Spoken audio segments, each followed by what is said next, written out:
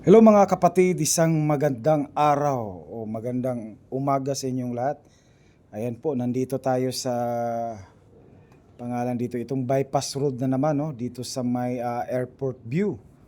No? So update natin ito mga kapatid, no, at matagal-tagal na din tayo hindi nakapag-update dito, ngayon lang.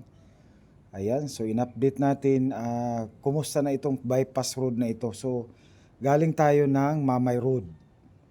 Ayan, so ito po yung bypass road exit at saka may bridge dito sa unahan.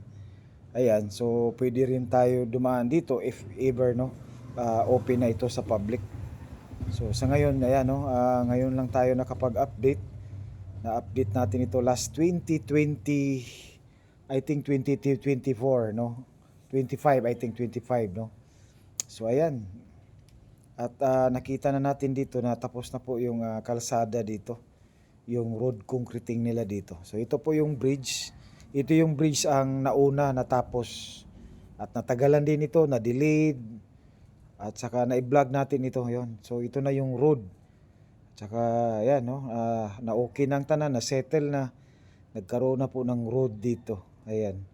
So isang alternative na bypass road no, exit sa mga. So yan no, kung sakaling may mga traffic, so yan, Sa alam mga natin kung ito mag-aano yung kayo daan, ng no? traffic. Maka-exit po Ayan. tayo. Labas po So, ito tayo po. dito sa may diversion road na ito. Ito po ay paglabas nito ay labas po tayo na going to airport na. So ayan, ganun. So ito po yung kalsada dito. Ayan. So labas na tayo mga kapatid at saka ayan. Dito na. Ayan. So ito na po, ang unahan nito ay airport na. So ayan no, so abang-abang na lang tayo kung kailan ito i-open in public.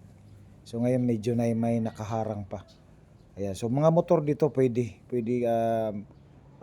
makadaan dito.